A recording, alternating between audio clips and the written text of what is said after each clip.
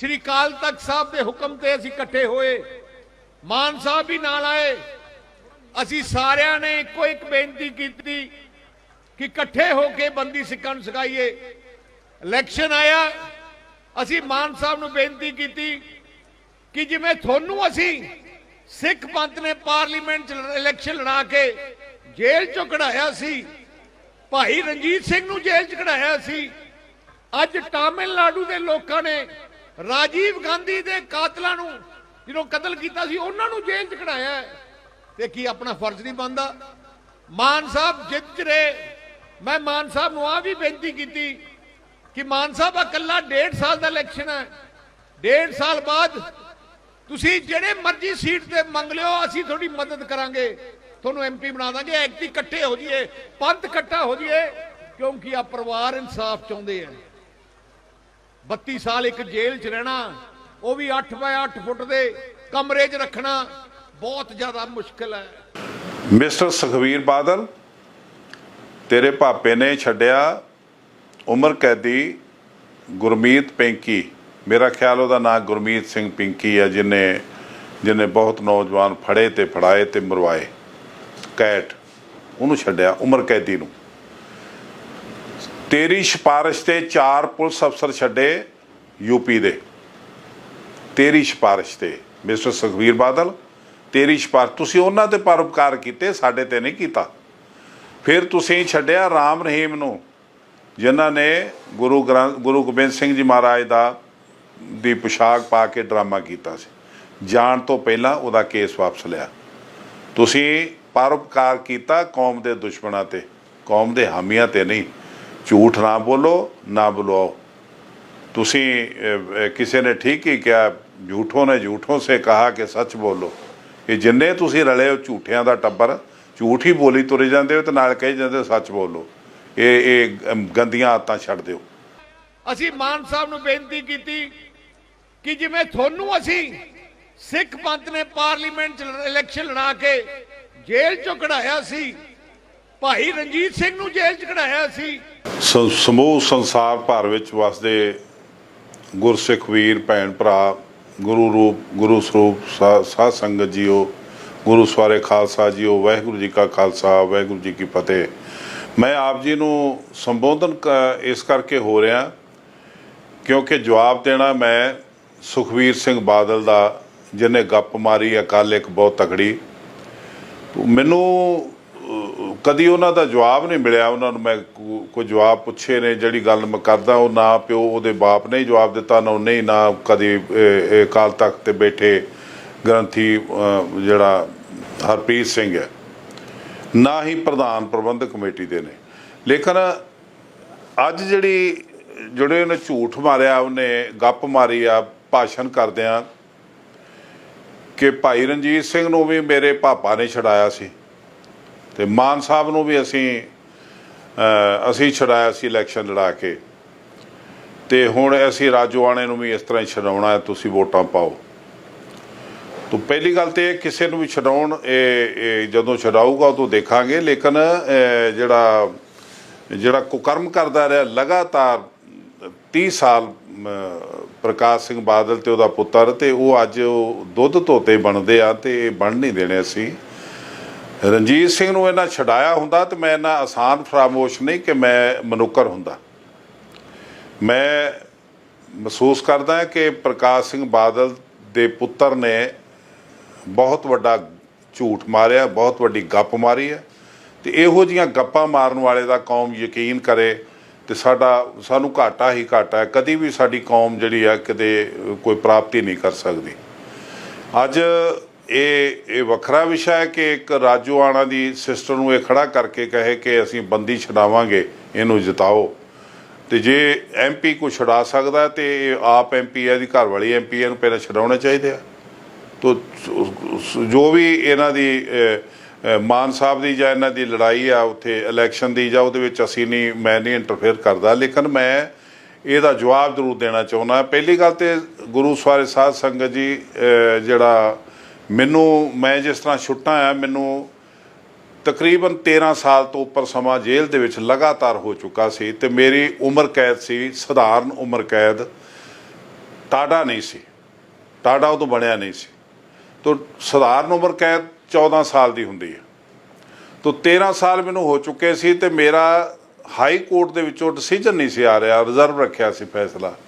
ਤੋ supreme court ਨੇ ਇੱਕ ਡਾਇਰੈਕਸ਼ਨ ਦਿੱਤੀ ਸੀ ਹਾਈ ਕੋਰਟ ਨੂੰ ਕਿ ਜਾਂ ਤੇ 11 ਅਕਤੂਬਰ 96 ਤੱਕ ਰਣਜੀਤ ਸਿੰਘ ਦਾ ਫੈਸਲਾ ਸੁਣਾ ਦਿੱਤਾ ਜਾਵੇ ਜਾਂ ਫਿਰ 12 ਅਕਤੂਬਰ ਨੂੰ ਉਹਨੂੰ ਬੇਲ ਦੇ ਦਿੱਤੀ ਜਾਵੇ। ਤੋ ਮੈਨੂੰ ਹਾਈ ਕੋਰਟ ਦਿੱਲੀ ਨੇ ਬੇਲ ਤੇ ਛੱਡ ਦਿੱਤਾ, ਮੇਰਾ ਫੈਸਲਾ ਨਹੀਂ ਛਡਾਇਆ।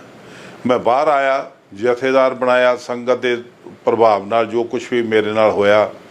ਤੋ ਤਕਰੀਬਨ 1 ਸਾਲ ਦੇ ਵਿੱਚ ਜਦੋਂ ਖਾਸ ਕਰਕੇ ਸੁਖਬੀਰ ਬਾਲ ਦੇ ਪਾਪਾ ਜੀ ਦਾ ਬਹੁਤ ਮੇਨ ਦੋਸਤ ਜਿਹੜਾ ਉਹ ਬਣਿਆ ਪ੍ਰਾਈਮ ਮਿਨਿਸਟਰ, ਤੋ ਉਸ ਸਮੇਂ ਮੈਨੂੰ ਅਚਾਨਕ ਜਿਹੜਾ ਮੇਰਾ ਫੈਸਲਾ ਸੀ ਹਾਈ ਕੋਰਟ ਦਾ ਉਹ ਮੇਰੇ ਉਲਟ ਗਿਆ। ਮੈਨੂੰ ਉਸ ਫੈਸਲੇ ਦੇ ਵਿੱਚ ਮੇਰੀ ਕੈਦ ਕਨਫਰਮ ਹੋਈ, ਮੇਰੀ ਸਜ਼ਾ ਕਨਫਰਮ ਹੋਈ। ਮੇਰੀ ਸਜ਼ਾ ਜਿਹੜੀ ਆ ਜਿਉਂ ਦੀ ਤਿਉਂ ਰੱਖ ਕੇ ਤੇ ਫੈਸਲਾ ਆਇਆ ਕਿ ਰਣਜੀਤ ਸਿੰਘ ਦਾ ਜ਼ਮਾਨਤ ਕੈਂਸਲ ਤੇ ਗ੍ਰਿਫਤਾਰੀ ਵਾਰੰਟ ਜਾਰੀ। ਲੇਕਿਨ ਮੈਨੂੰ ਪਤਾ ਸੀਗਾ ਕਿ ਮੇਰੀ 1 ਸਾਲ ਦੀ ਲੜਾਈ ਹੋ ਰਿਹਾ, ਮੈਨੂੰ ਕੋਈ ਚਿੰਤਾ ਨਹੀਂ, ਮੈਂ ਪਰਵਾਹ ਨਹੀਂ ਕੀਤੀ। ਮੈਂ ਨਾ ਤੇ ਮੇਰਾ ਪ੍ਰਮਾਤਮਾ ਜਾਣਦਾ ਹੈ, ਮੇਰੀ ਆਤਮਾ ਤੇ ਮੇਰਾ ਪ੍ਰਮਾਤਮਾ ਇੱਕ ਨੇ। ਮੇਰਾ ਪ੍ਰਮਾਤਮਾ ਜਾਣਦਾ ਕਿ ਮੈਂ ਕਦੀ ਬਾਦਲ ਨੂੰ ਨਹੀਂ ਕਿਹਾ ਕਿ ਮੈਨੂੰ ਛਡਾਉਣ ਲਈ ਕੋਈ ਚਾਰਾਜੋਰੀ ਕਰੋ। ਮੈਂ ਕਦੀ ਟੌੜਾ ਸਾਹਿਬ ਨੂੰ ਨਹੀਂ ਕਿਹਾ ਕਿ ਕਿਤੇ ਜਾ ਕੇ ਮਿਲੋ ਮੈਨੂੰ ਛਡਾਓ, ਕਿਉਂਕਿ ਮੈਨੂੰ ਪਤਾ ਸੀਗਾ ਕਿ ਇਹ ਜਿਹੜਾ ਮੈਨੂੰ ਬੜੇ ਸੁਖਾਵੇਂ ਮਾਹੌਲ ਦੇ ਵਿੱਚ ਸਜ਼ਾ ਕਨਫਰਮ ਹੋਈ ਆ, ਇਹ ਕਿੱਥੋਂ ਹੋਈ ਆ, ਕਿਉਂ ਹੋਈ ਆ। ਲੇਕਿਨ ਮੈਂ ਧੰਨਵਾਦ ਕਰਦਾ ਬੜੇ ਵੱਡੇ ਅਫਸਰਾਂ ਦਾ ਔਰ ਵੱਡੇ ਪੋਲੀਟੀਸ਼ੀਅਨ ਜਿਹੜੇ ਬੈਠੇ ਸੀ ਦਿੱਲੀ 'ਚ ਉਹਨਾਂ ਦਾ, ਜਿਨ੍ਹਾਂ ਮੈਨੂੰ ਗਾਈਡ ਕੀਤਾ। ਤੇ ਮੈਂ ਰਿਜ਼ਾਈਨ ਨਹੀਂ ਕੀਤਾ, ਬਲਕਿ ਮੇਰਾ ਚੰਗਾ ਫੈਸਲਾ ਜਿਹੜਾ ਸੀਗਾ, ਜਿਹੜੀ ਮੈਨੂੰ ਜੱਜਮੈਂਟ ਨਹੀਂ ਸੀ ਮਿਲੀ, ਉਹ ਜਦੋਂ ਜੱਜਮੈਂਟ ਮਿਲੀ ਛੁੱਟੀਆਂ ਤੋਂ ਬਾਅਦ ਮੈਨੂੰ, ਤੇ ਉਹਦੇ ਵਿੱਚ ਮੈਨੂੰ ਪਤਾ ਲੱਗਾ ਕਿ ਜਿਹੜੇ ਡਬਲ ਬੈਂਚ ਸੀਗਾ ਜੱਜ ਦਾ ਹਾਈ ਕੋਰਟ ਦਾ, ਉਹਨਾਂ ਨੇ ਆਪਣੇ ਫੈਸਲੇ ਦੇ ਵਿੱਚ ਮੈਨੂੰ ਕਨਫਰਮ ਕਰਨ ਦੇ ਬਾਵਜੂਦ 5 ਪੇਜ ਮੇਰੇ ਫੇਵਰ 'ਚ ਲਿਖ ਕੇ ਇਹ ਡਾਇਰੈਕਸ਼ਨ ਦਿੱਤੀ ਸੈਂਟਰ ਸਰਕਾਰ ਨੂੰ ਕਿ ਅਸੀਂ ਇਹਨੂੰ ਸਜ਼ਾ ਕਨਫਰਮ ਕੀਤੀ, ਅਸੀਂ ਇਹਨੂੰ ਨਹੀਂ ਛੱਡ ਸਕਦੇ ਕਿਉਂਕਿ ਇਹਦਾ ਚਾਲ ਚੱਲਣ ਬਹੁਤ ਚੰਗਾ ਰਿਹਾ। ਇਸ ਕੇਸ ਤੋਂ ਪਹਿਲਾਂ ਤੇ ਇਸ ਕੇਸ ਤੋਂ ਬਾਅਦ 'ਚ ਔਰ ਜੇਲ੍ਹ ਤੋਂ ਬਾਅਦ ਜਿਹੜਾ 1 ਸਾਲ ਜਿਹੜਾ ਜ਼ਮਾਨਤ 'ਤੇ ਆਇਆ, ਇਹਦਾ ਰਿਕਾਰਡ ਜਿਹੜਾ ਬਹੁਤ ਤਾਰੀਫ ਕੀਤੀ ਆ ਗਵਰਨਰ ਦਿੱਲੀ ਨੇ, DGP ਦਿੱਲੀ ਨੇ, IG ਜੇਲ੍ਹ ਦਿੱਲੀ ਨੇ ਔਰ ਇੱਕ ਗੁਪਤ ਏਜੰਸੀ ਹੈ ਜਿਹਦਾ ਨਾਂ ਲਿਖਿਆ ਹੋਇਆ, ਉਹਨਾਂ ਨੇ ਮੇਰੀ ਫੇਵਰ 'ਚ ਉੱਥੇ ਬਹੁਤ ਅੱਛਾ ਲਿਖ ਕੇ ਦਿੱਤਾ, ਜਿਹਦੀ ਵਜ੍ਹਾ ਨਾਲ ਜੱਜਾਂ ਨੇ ਲਿਖਿਆ ਕਿ ਅਸੀਂ ਆਪਣੇ ਅਧਿਕਾਰ ਦੀ ਵਰਤੋਂ ਕਰਦੇ ਹੋਏ ਡਬਲ ਬੈਂਚ ਦੇ ਦੋਨੋਂ ਜੱਜ ਅਸੀਂ ਸਿਫਾਰਿਸ਼ ਕਰਦੇ ਹਾਂ ਕਿ ਰਣਜੀਤ ਸਿੰਘ ਨੂੰ 1 ਵਾਰੀ ਜਾਂ 2 ਵਾਰੀ ਜਾਂ 3 ਵਾਰੀ ਪਰੋਲ ਵਧਾ ਕੇ ਛੱਡ ਦਿੱਤਾ ਜਾਵੇ। ਬਾਹਰੋਂ ਬਾਹਰ ਛੱਡਣਾ ਹੋਵੇ ਤਾਂ ਅੱਜ ਹੀ ਤੁਸੀਂ ਛੱਡ ਸਕਦੇ ਹੋ, ਉਹਦੇ ਲਈ ਹਾਈ ਕੋਰਟ ਤੋਂ ਪਰਮਿਸ਼ਨ ਦੀ ਲੋੜ ਆ, ਉਹ ਅਸੀਂ ਅੱਜ ਹੀ ਦੇ ਰਹੇ ਹਾਂ। ਅਤੇ ਉਹ ਉਹਨਾਂ ਨੇ ਜਿਹੜਾ ਫੈਸਲਾ ਸੁਣਾਇਆ ਉਹ ਗਿਆ ਹੋਮ ਮਿਨਿਸਟਰੀ ਦੇ ਜੁਡੀਸ਼ੀਅਲ ਡਿਪਾਰਟਮੈਂਟ 'ਚ। ਉਹਨਾਂ ਨੇ ਇੱਕ ਜਿਹੜਾ ਹੋਮ ਸੈਕਟਰੀ ਜੁਡੀਸ਼ੀਅਲ ਦੇ ਨਾਲ ਸੰਬੰਧਿਤ, ਇੱਕ ਹੋਮ ਮਿਨਿਸਟਰੀ ਦਾ ਚੀਫ ਸੈਕਟਰੀ, ਇੱਕ ਹੋਮ ਮਿਨਿਸਟਰ ਆਪ, ਇਹਨਾਂ ਤਿੰਨਾਂ ਜਾਣਿਆਂ ਨੇ ਜਿਹੜਾ ਉਹ ਫੈਸਲਾ ਪੜ੍ਹ ਕੇ ਤੇ ਰਾਸ਼ਟਰਪਤੀ ਨੂੰ ਮੇਰਾ ਸਿਫਾਰਿਸ਼ ਕੀਤੀ। ਉਹ ਮੈਂ RTI ਪਾ ਕੇ ਇਹ ਫੈਸਲਾ ਲਿਆ ਹੋਇਆ, RTI ਪਾ ਕੇ, ਔਰ ਇਹ ਡਾਕ ਰਾਹੀਂ ਮੈਨੂੰ ਇਹ ਪ੍ਰਾਪਤ ਹੋਇਆ। ਮੈਂ ਇਹਨੂੰ ਆਪਣੇ ਨੈੱਟ 'ਤੇ ਆਪਣੀ ਪੇਜ 'ਤੇ ਪਾਉਣ ਲੱਗਾ ਤਾਂ ਕਿ ਕੋਈ ਵੀ ਸਿੱਖ ਇਹਨੂੰ ਪੜ੍ਹ ਸਕੇ। ਇਹ RTI ਜਿਹੜੀ ਆ, ਇਹ RTI ਪਾ ਕੇ ਮੈਂ ਜਿਹੜਾ ਮੈਟਰ ਲਿਆ 16 ਪੇਜ ਦਾ ਹੈ ਤਕਰੀਬਨ, ਅਤੇ ਇਹ ਤਕਰੀਬਨ government of India ministry of home affair judicial wing CS division Delhi ਦੇ ਵਿੱਚ ਜਦੋਂ ਇਹ ਜੱਜਮੈਂਟ ਜਿੱਥੇ ਜਾਂਦੀ ਆ ਹੋਮ ਮਿਨਿਸਟਰੀ 'ਚ, ਉੱਥੇ ਉਹਨਾਂ ਨੇ ਜਦੋਂ ਇਹ ਹੋਮ ਮਿਨਿਸਟਰੀ ਨੇ ਅੱਗੋਂ ਆਪਣਾ ਫੈਸਲਾ ਲਿਆ ਅਤੇ ਉਹਨਾਂ ਨੇ ਇਸ ਫੈਸਲੇ ਦੇ ਵਿੱਚ ਤਕਰੀਬਨ ਜਿਨ੍ਹਾਂ ਨੇ ਮੇਰੀ ਹੱਕ 'ਚ ਸਿਫਾਰਿਸ਼ ਕੀਤੀ ਆ, ਪੁਲਿਸ ਅਫਸਰਾਂ ਨੇ ਜਾਂ DGP ਨੇ ਜਾਂ ਦਿੱਲੀ ਦੀ ਤਿਹਾੜ ਜੇਲ੍ਹ ਨੇ, ਉਹ ਤਕਰੀਬਨ ਇਹਦੇ ਵਿੱਚ ਉਹ 5 ਪੇਜ ਵੀ ਨੇ ਜਿਹੜੇ ਜੱਜਾਂ ਨੇ ਮੇਰੀ ਫੇਵਰ 'ਚ ਲਿਖੇ ਨੇ। ਇਹਦੇ ਵਿੱਚ ਉਹ ਮੇਰੇ ਹੱਕ 'ਚ ਜਿਹੜੀਆਂ ਆਉਣ ਵਾਲੀਆਂ ਦਲੀਲਾਂ ਸੀ ਉਹ ਵੀ ਦਿੱਤੀਆਂ ਗਈਆਂ ਨੇ। ਇਹਦੇ ਵਿੱਚ ਇਹ ਵੀ ਲਿਖਿਆ ਹੋਮ ਮਿਨਿਸਟਰ ਨੇ ਕਿ ਸਾਡੇ ਕੋਲ ਇੱਕ ਟੌੜਾ ਸਾਹਿਬ ਤੇ ਇੱਕ SS Ahluwalia the application I ਸੀ ਕਿ ਇਹਨੂੰ ਛੱਡ ਦਿੱਤਾ ਜਾਵੇ, ਲੇਕਿਨ ਅਸੀਂ ਰੱਦ ਕਰ ਚੁੱਕੇ ਉਸ ਨੂੰ, ਅਸੀਂ ਉਹਨੂੰ ਰੱਦ ਕਰ ਦਿੱਤਾ ਸੀ। ਲੇਕਿਨ ਇਹ ਕਿਉਂਕਿ ਇਹ ਜੁਡੀਸ਼ਰੀ ਨੇ ਜੱਜਾਂ ਦੀ ਸਿਫਾਰਿਸ਼ ਆ ਜਿਹਨੂੰ ਅਸੀਂ ਰੱਦ ਨਹੀਂ ਕਰ ਸਕਦੇ, ਤੇ ਅਸੀਂ ਇਸ ਨੂੰ ਰਾਸ਼ਟਰਪਤੀ ਸਾਹਿਬ ਕੋਲ ਭੇਜ ਰਹੇ ਹਾਂ। ਤਾਂ ਰਾਸ਼ਟਰਪਤੀ ਸਾਹਿਬ ਨੇ ਜਦੋਂ ਉਹਨਾਂ ਕੋਲ ਗਈ ਤਾਂ ਉਹਨਾਂ ਨੇ ਇਸ ਤਰੀਕ ਨੂੰ ਇਸ FIR ਦੇ ਅੰਤਰਗਤ ਜਿੰਨੀਆਂ ਵੀ ਸਜ਼ਾਵਾਂ, ਜਿੰਨੀਆਂ ਵੀ ਧਾਰਾਵਾਂ ਅੱਜ ਤੋਂ ਬਾਅਦ ਖਤਮ, ਇਹ ਮੇਰਾ ਫੈਸਲਾ ਮੇਰੇ ਸਾਈਨ ਕਰਨ ਦੇ ਨਾਲ ਲਾਗੂ ਹੋ ਜਾਊਗਾ। ਉਸ ਦਿਨ ਤੋਂ ਬਾਅਦ ਮੇਰੀਆਂ ਸਜ਼ਾਵਾਂ ਖਤਮ ਹੋਈਆਂ। ਇਹ ਕਿਸੇ ਬਾਦਲ ਜਾਂ ਉਹਦੇ ਕਿਸੇ ਹੋਰ ਵੱਡੇ ਦਰਿੰਦੇ ਦੀਆਂ ਕਹਿਣ ਤੇ ਇਹ ਮੇਰੀਆਂ ਸਜ਼ਾਵਾਂ ਖਤਮ ਨਹੀਂ ਹੋਈਆਂ।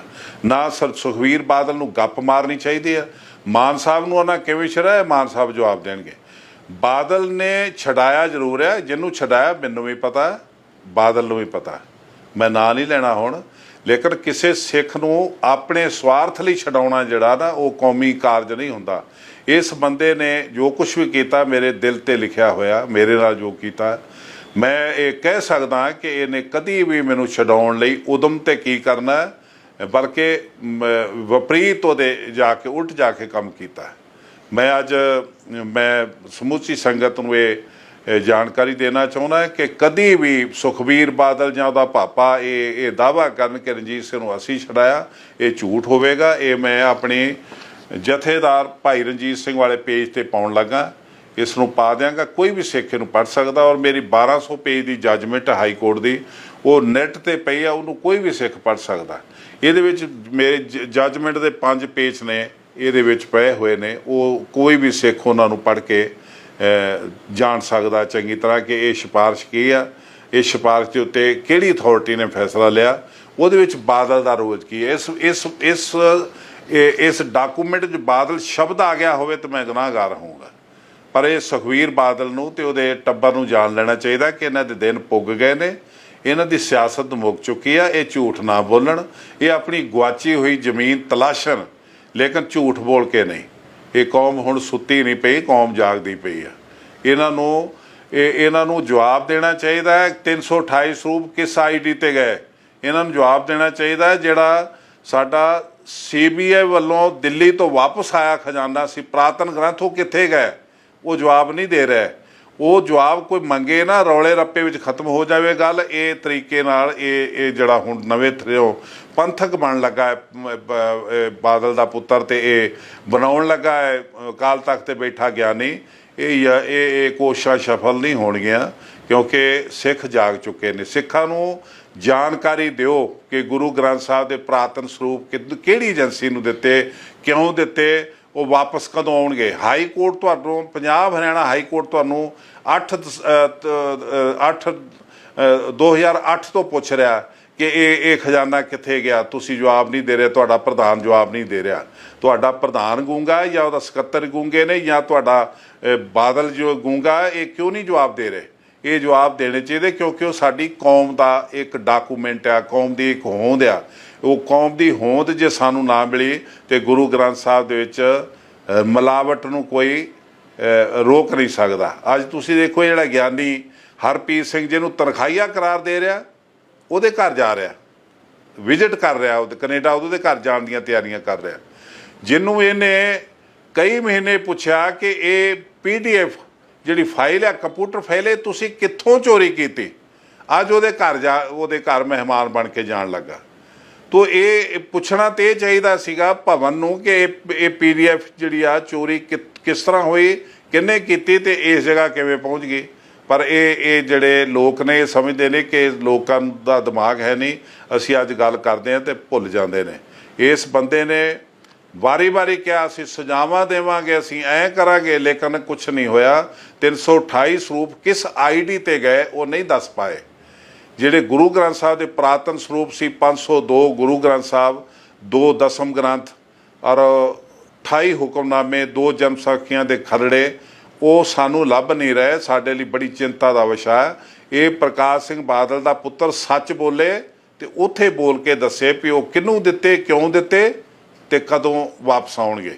ਇਹ ਜਨਤਾ ਨੂੰ ਗੁੰਮਰਾਹ ਕਰਨ ਲਈ ਉਲਟੇ ਸਿੱਧੇ ਬਿਆਨ ਨਾ ਦੇਵੇ। ਤਾਂ ਮੈਂ ਸਮੂਹ ਸੰਗਤ ਨੂੰ ਇਹ ਬੇਨਤੀ ਕਰਦਾ ਕਿ ਮੇਰਾ ਡਾਕੂਮੈਂਟ ਜਿਹੜਾ 16 ਪੇਜ ਤੋਂ ਜ਼ਿਆਦਾ ਨੇ, ਇਹ ਹਾਈ ਕੋਰਟ ਦੇ ਆਰਡਰ ਨਾਲ ਬਣਿਆ। ਹਾਈ ਕੋਰਟ ਦੇ ਹੁਕਮ ਦੇ ਨਾਲ ਇਹ ਹੋਮ ਮਿਨਿਸਟਰੀ ਚੋਂ ਬਣ ਕੇ ਮੇਰੀ ਸਿਫਾਰਿਸ਼ ਗਈ ਤੇ ਰਾਸ਼ਟਰਪਤੀ ਨੇ ਮੈਨੂੰ ਛੱਡਿਆ। ਇਹਦੇ ਵਿੱਚ ਬਾਦਲ ਪਰਿਵਾਰ ਦਾ ਜਾਂ ਬਾਦਲ ਸਰਕਾਰ ਦਾ ਇੱਕ ਲਫ਼ਜ਼ ਵੀ ਆਉਂਦਾ ਹੋਵੇ ਤੇ ਮੈਂ ਉਹਦੇ ਲਈ ਦੋਸ਼ੀ ਹੋਊਂਗਾ। ਤੁਸੀਂ ਆਪ ਪੜ੍ਹ ਸਕਦੇ ਹੋ, ਮੈਂ ਉੱਤੇ ਪਾਉਣ ਲੱਗਾ ਇਸ ਨੂੰ। ਕਦੀ ਵੀ ਮੈਂ 1999 ਦੇ ਵਿੱਚ ਮੈਂ ਇਹ ਅਪੀਲ ਕਰ ਚੁੱਕਾ ਅਕਾਲ ਤਖ਼ਤ ਦੇ ਉੱਤੋਂ ਸਾਹਿਬ ਤੋਂ ਖਲੋ ਕੇ ਕਿ ਇਸ ਬੰਦੇ ਦਾ ਕਦੀ ਸਿੱਖ ਆਪਣੀ ਲਾਈਫ ਦੇ ਵਿੱਚ ਯਕੀਨ ਨਾ ਕਰਨ। ਇਹ ਬੰਦਾ ਸਾਡੀ ਕੌਮ ਤੇ ਅੰਬਰਵੇਲ ਬਣ ਕੇ ਪਿਆ ਹੋਇਆ। ਇਸ ਨੇ ਸਾਡਾ ਸਿੱਖੀ ਦਾ ਰੁੱਖ ਸੁਕਾਤਾ। ਅੱਜ ਜੋ ਹਾਲਤ ਆ ਪੰਥ ਦੀ, ਅਕਾਲੀ ਦਲ ਦੀ, ਪ੍ਰਬੰਧਕ ਕਮੇਟੀ ਦੀ, ਅਕਾਲ ਤਖ਼ਤ ਦੀ, ਉਹ ਤੁਸੀਂ ਸਾਰੇ ਜਾਣਦੇ ਹੋ। ਤੇ ਇਹ ਪਿਓ ਦਾ ਪੁੱਤ ਅਜੇ ਵੀ ਪਿਓ ਪੁੱਤਰ ਹਾਲੇ ਉਹਨੂੰ ਛੱਡਣ ਨਹੀਂ ਚਾਹੁੰਦੇ, ਜੋਕਾਂ ਦੀ ਤਰ੍ਹਾਂ ਚੰਬੜੇ ਹੋਏ ਨੇ ਔਰ ਕਹਿੰਦੇ ਨੇ ਕਿ ਹੋਵਾਂਗੇ ਤੇ ਅਸੀਂ ਹੋਵਾਂਗੇ, ਨਹੀਂ ਤੇ ਕੋਈ ਨਹੀਂ ਹੋਊਗਾ। ਇਹ ਹੁਣ ਤੁਹਾਡਾ ਇਹ ਕਰਮ ਆ, ਤੁਹਾਡਾ ਸਹਿਯੋਗ ਆ, ਤੁਹਾਡਾ ਆਪਣਾ ਫੈਸਲਾ ਜੋ ਕੁਝ ਵੀ ਤੁਸੀਂ ਕਰਨਾ ਚਾਹੁੰਦੇ ਹੋ। ਲੇਕਿਨ ਇਸ ਝੂਠ ਦੇ ਪਲੰਦੇ ਤੋਂ, ਇਸ ਝੂਠ ਦੀ ਪੰਡ ਤੋਂ ਆਪਣਾ ਭਾਰ ਘਟਾ ਲਓ, ਇਹਨੂੰ ਸਿਰ ਤੋਂ ਲਾ ਕੇ ਸੁੱਟ ਦਿਓ। ਵਾਹਿਗੁਰੂ ਜੀ ਕਾ ਖਾਲਸਾ, ਵਾਹਿਗੁਰੂ ਜੀ ਕੀ ਫਤਿਹ।